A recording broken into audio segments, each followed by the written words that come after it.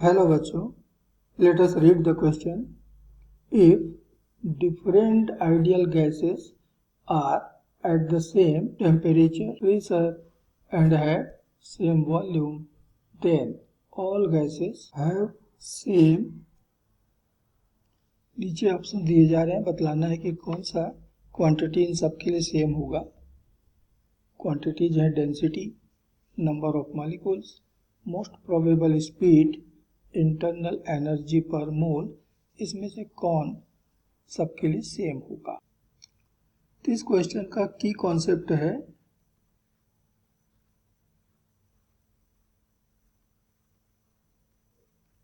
Kinetic theory of gases.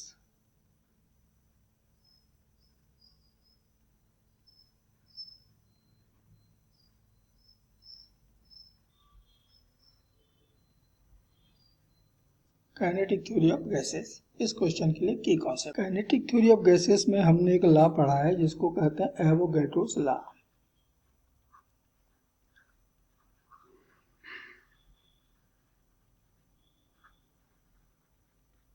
या Avogadro hypothesis के नाम से भी इसको जानते हैं. इसके accordingly gases at same temperature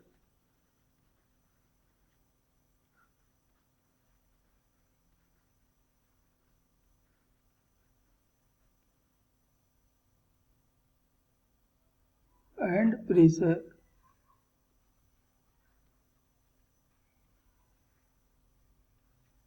possess the same number of molecules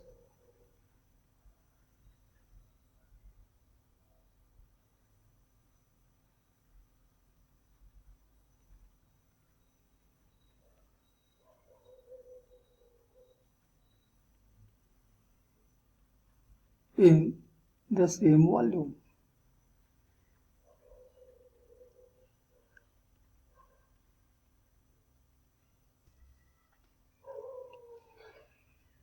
कि गैस कोई भी हो, यदि उसका टेम्परेचर, प्रेशर और वॉल्यूम सेम है तो वहाँ नंबर ऑफ मॉलिक्यूल्स भी सेम ही होंगे. तो यहाँ हमको जितने भी गैसेस दिए हुए हैं सब सेम टेम्परेचर, सेम प्रेशर और सेम वॉल्यूम के हैं. इसका मतलब है कि सबके पास नंबर ऑफ मॉलिक्यूल्स भी सेम होंगे. तो इस लॉ के अकॉर्डिंगली ऑल गैसेस है द सेम नंबर ऑफ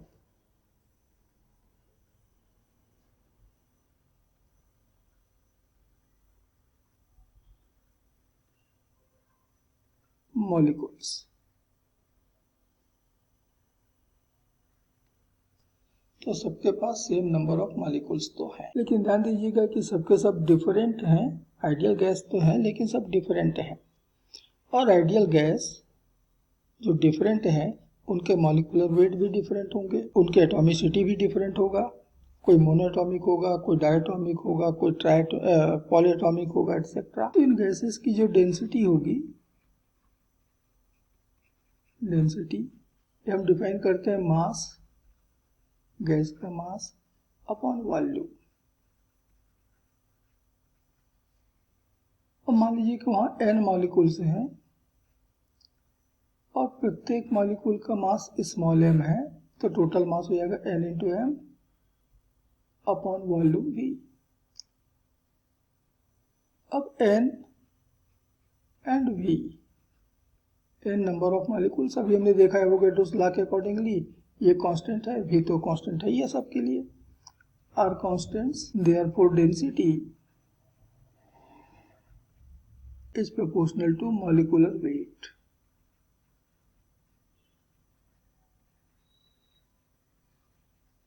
अब गैसेस तो डिफरेंट हैं इसलिए मॉलिक्यूलर वेट भी डिफरेंट होगा और इसलिए डेंसिटी तो सेम नहीं हो सकता.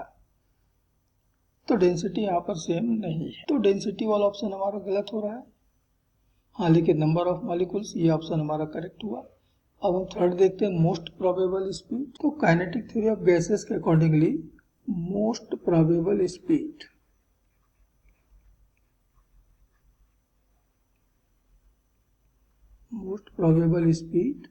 of the molecules is given by under root of 2RT upon M.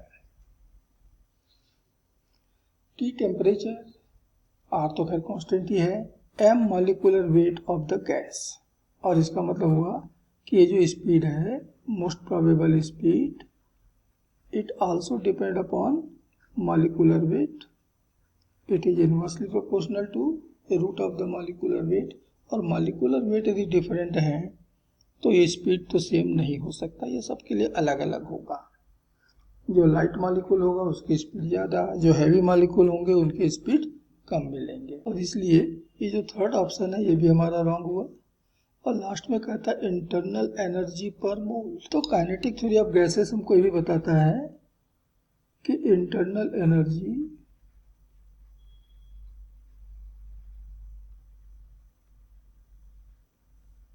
पर मोल ऑफ ए गैस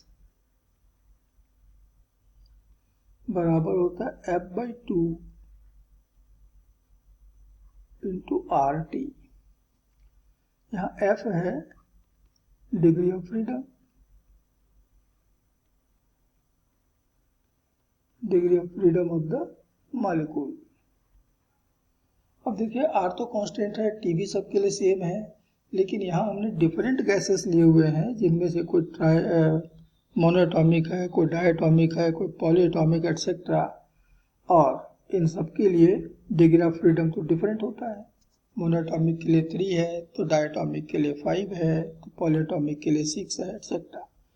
तो F की वैल्यू डिफरेंट है, इसका मतलब इंटरनल एनर्जी पर मोल ये सारे गैसेस के लिए सेम नहीं होगा, और इसका मतलब हुआ कि हमारा फोर्थ ऑप्शन भी यहाँ पर रॉन्ग है। तो इस क्वेश्चन का करेक्ट आंसर है option 2। Hope you understood it well. Best of luck.